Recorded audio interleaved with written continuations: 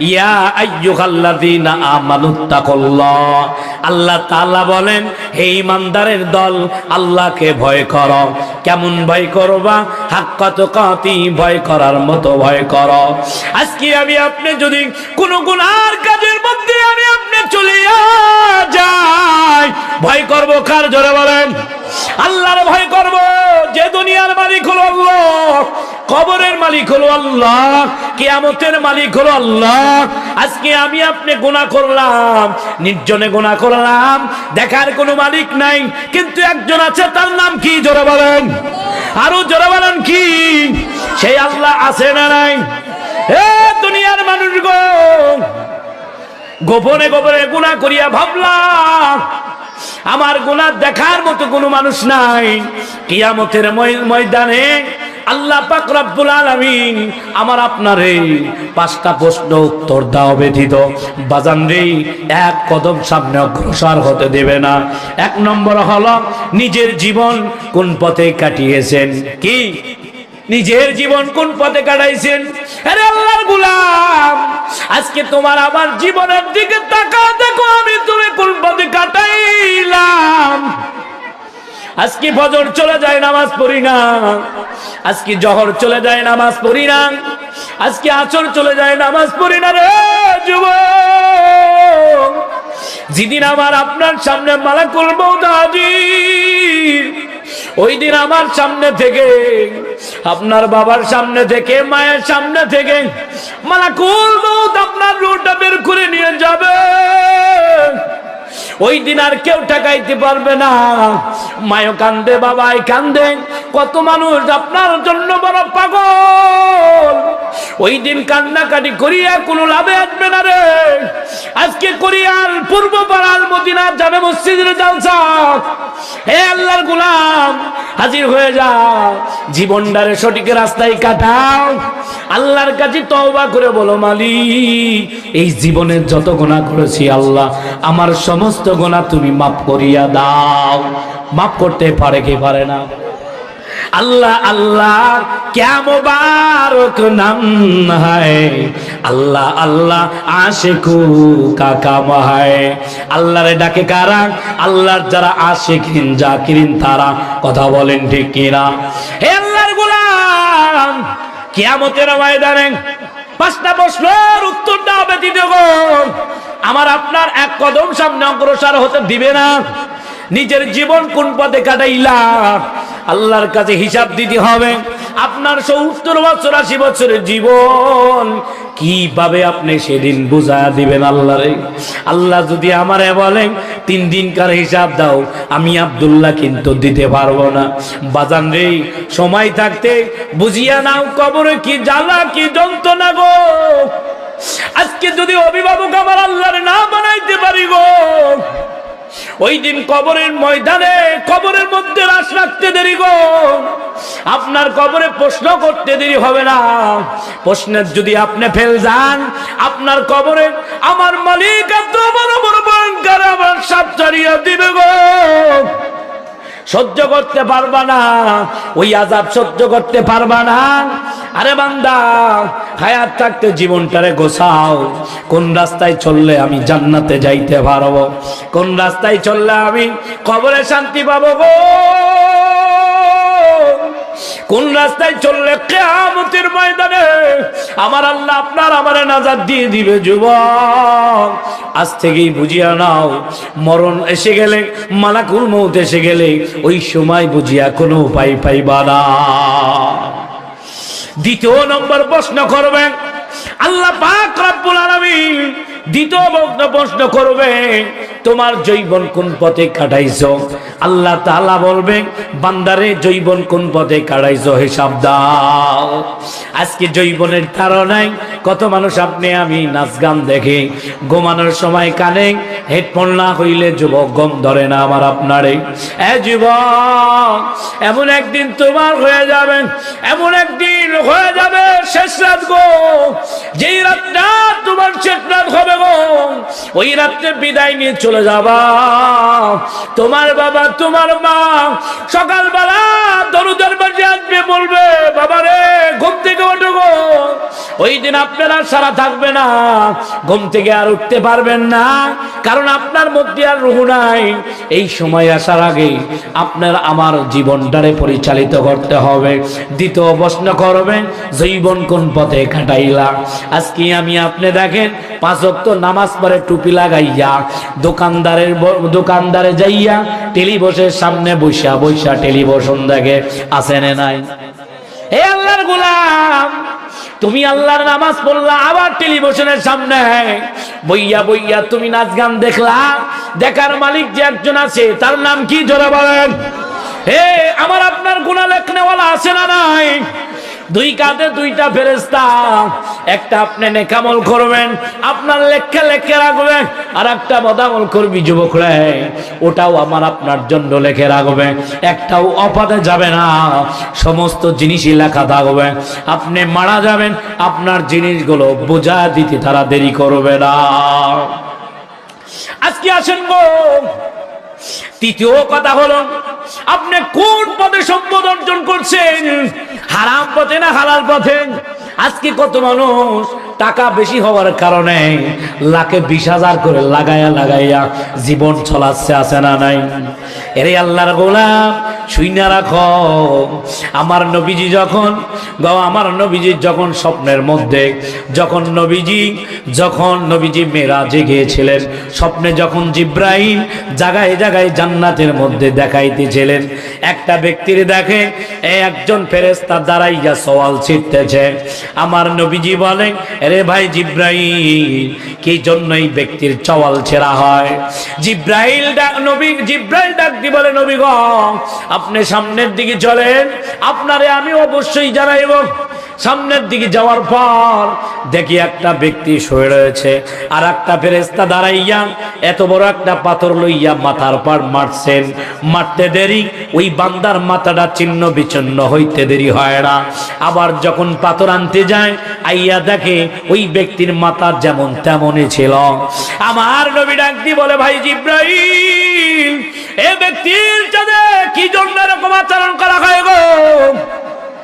আল্লাহর নবীকে জিব্রাইল ডাক দি বলে, নবী গো, আপনি সামনের দিকে চলেন, আমি আপনার অবশ্যই জানা দেব। আবার সামনের দিকে যাওয়ার পর দেখে যে একটা নদীর মতো দেখা যায়, একেবারে লাল টকটকানো নদী, পোজ দ্বারা পানি দিয়ে বড় বড় হয়ে গেছে। ওখানে একটা ব্যক্তির মাঝে সাঁতরাচ্ছেন, হাউমাউ করে চিৎকার করছে, কান্নাকাটি করছে। আর একটা ফেরেশতা পাশে দাঁড়াইয়া পাথর লইয়া দাঁড়ায় রয়েছে। যখন কিনারার দিকে আসে, পাথর দ্বারা নিক্ষেপ করে, একটা পাথর লাগার পরে ওই ব্যক্তিটা মাঝে আবার চলিয়া যায়। আমার নবী ডাক দিয়ে বলে, ভাই জিব্রাইল, এই ব্যক্তির যাবে কেন এরকম আচরণ করা হয় গো? জিব্রাইল ডাক দিয়ে বলে, নবী গো, আপনি সামনের দিকে চলেন, আমি আপনার অবশ্যই জানা দেব। সামনের দিকে যাওয়ার পর দেখে যে একটা কোলার মতো, উপরের মাথাটা একেবারে চিকন, দেখে উলঙ্গ পুরুষ আর নারী, ওই কোলার মধ্যে আগুন ভক ভক করতেছেন, কোলার মধ্যে আগুন ভরপর হয়ে টক ভক করতেছেন। কোলার মধ্যে যখন নারী পুরুষ উলঙ্গ অবস্থায় মাথার দিকে বের হওয়ার চেষ্টা করে, বের হতে পারে না। আল্লাহর নবী জিগায়, জিব্রাইল গো, কি জন্য এর সাথে এরকম আচরণ করা হয়? এবার জিব্রাইল ডাক দিয়ে বলে, নবী গো, আপনি যে প্রথমে দেখেছিলেন এক ব্যক্তির চওয়াল চিরা হয়, আপনি জিগাইলেন এই ব্যক্তির অবস্থা কি? আল্লাহর নবী বলেন, জিব্রাইল ডাক দিয়ে বলে, নবী গো, কি আচরণ করা হয় গো? এই ব্যক্তিটা দুনিয়ার মধ্যে কথায় কথায় মিথ্যা কথা বলেছে, এই জন্য আল্লাহ পাক রব্বুল আলামিন এর এইভাবে শাস্তি কিয়ামত পর্যন্ত দেবে। কি বলার জন্য? মিথ্যা কথা বলার জন্য। আজকে আমি আপনি একটা বাঁচার জন্য কতই না মিথ্যা কথা বললাম। এরে আল্লাহর গোলাম, মিথ্যা কথা বইলা আমি আপনি জিতার বড় চেষ্টা করলাম। এ আল্লাহর গোলাম, মিথ্যা কথা বলার কারণে আল্লাহ পাক রব্বুল আলামিন আমার আপনার গো কিয়ামতের ময়দানে আমার আপনার ওই যে জিব্রাইল নবীকে দেখাইলো চওয়াল চিটতে রাখবেন, এক চওয়াল চিটতে না চিটতে আর এক চওয়াল আবার ঠিক হয়ে যায়, আবার আর এক চওয়াল ছেড়ে আবার ওই চওয়াল ঠিক হয়ে যায়, আবার আর এক চওয়াল চিটতে যায়, আবার ওই চওয়াল ঠিক হয়ে যায়। আল্লাহর নবীরে বলে, জিব্রাইল ডাক দিয়ে বলে, নবী গো এইভাবে কিয়ামত পর্যন্ত চলবে, মিথ্যা কথা বলা যাবে না। এ আল্লাহর গোলাম, আজ থেকে তওবা করবেন। মালিক রে, আমার জীবনে আমি কোনোদিন মিথ্যা কথা বলবো না গো। মিথ্যা কথা বলার কারণে যদি এই শাস্তি হয়, আমি আপনি মিথ্যা কথা ছেড়ে দেব। তাতে দুনিয়ায় শান্তি হোক বা না হোক, আমি আপনি কোনোদিনও মিথ্যা কথা বলবো না। এইবার আল্লাহর নবী বলেন, ভাই জিব্রাইল, দ্বিতীয়বার যে আমি দেখলাম এক ব্যক্তি শোয়া অবস্থায় আছে, আর একজন পাথর লইয়া দাঁড়াইয়া মাথার উপর পাথর মারতেছে।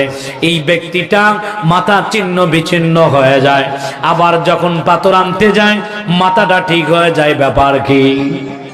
আল্লাহর নবীকে জিব্রাইল ডাক দিয়ে বলে, নবী গো এই ব্যক্তিটা কারা?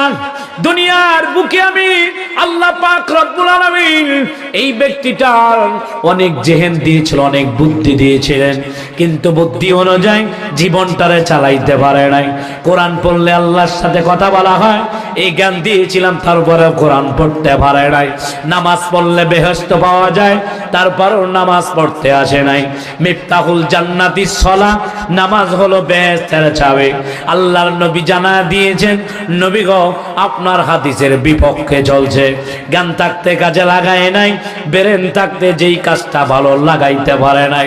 এই রাস্তায় চললে জান্নাতে যাবে, ওই রাস্তায় চললে জাহান্নাম, জানার পরে কোনোটাই লাগাই নাই, বরং জাহান্নামের রাস্তায় গো ওটার দিকে দাবিত হয়েছে বেশি, আর জান্নাতের রাস্তায় যাই নাই। আপনার বোঝানোর পরেও তারা কিন্তু যায় নাই, আপনার হাদিসের বিপক্ষে চলছে। এইভাবে কিয়ামত পর্যন্ত এই ব্যক্তির উপর এইভাবে শাস্তি দিতে থাকবে। কি জন্য গো? সাধারণ জেহান থাকতে বুদ্ধি থাকতে আমি আপনি খাটাইতে পারি নাই গো। এই জন্য আল্লাহর নবীজি, আল্লাহর নবীর হাদিসের বিপক্ষে চললাম। এই জন্যই আমার আপনারে কিয়ামত পর্যন্ত এইভাবে শাস্তি দিতে থাকবে। আমি আপনি এইবার দেখেন, হে আল্লাহর গোলাম, আজকে আমি আপনি কোরআন পড়তে পারি না, মনেরে বুঝাইবেন মন, যেই জিনিসটা এমন একটা কিতাব আল্লাহ পাক রব্বুল আলামিন পবিত্র কালামের মধ্যে বলে দেন, আলিফ লাম মিম যালিকাল কিতাবু লা রাইবা ফি।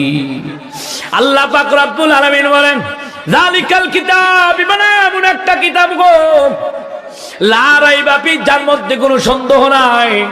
এরে নবীর উম্মতের দল, যেই কোরআন পড়ার কারণে একটা শব্দ তেলাওয়াত করবেন, আল্লাহ পাক রব্বুল আলামিন আমার আপনারে 10টা নেকি দান করবে।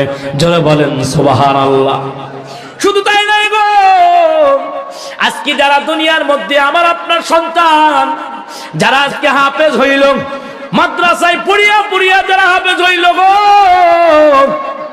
এই সকল ব্যক্তিরা কঠিন কিয়ামতের ময়দানে আল্লাহ পাক রব্বুল আলামিন যেদিন হাফেজ সাহেবদেরকে জান্নাত দিবে, আল্লাহ পাক রব্বুল আলামিন ওই হাফেজ সাহেবদেরকে আল্লাহ তাআলা বলবে, এই হাফেজ সাহেবের দল কোরআন তেলাওয়াত করা শুরু করে দাও।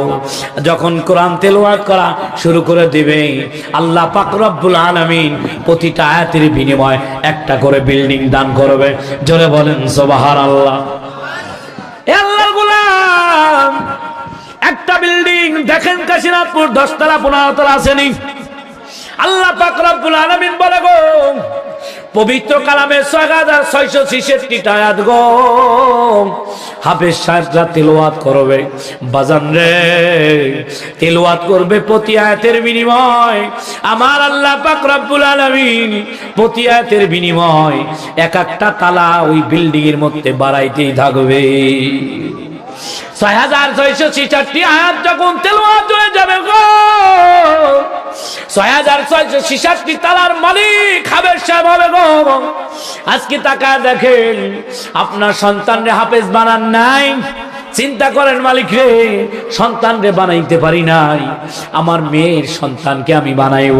নাও পারলে আপনার ছেলের সন্তানটারে হাফেজ বানাইবেন, যদি নাও পারেন আহারে হাফেজ সাহেবদের সাথে মোহাব্বত রাখবেন। ইন্নাল উলামা ওরাসাতুল আম্বিয়া, নবীরা হলো নবীর আলেমরা হলো নবীদের ওয়ারিস। জোরে বলেন সুবহানাল্লাহ। আল্লাহর গোলাম আজকে দেখবেন কোরিয়াল পূর্ব করা এই এলাকায় যদি হাফেজ সাহেব থেকে থাকে রে, হাফেজ সাহেব গুলো আল্লাহ পাক রব্বুল আলামিন জান্নাতে ঢোকা দেবে, 6666টা তালার মালিক হয়ে যাবে। দেখেন এই এলাকায় 6666টা ঘর আমার মনে হয় নাই।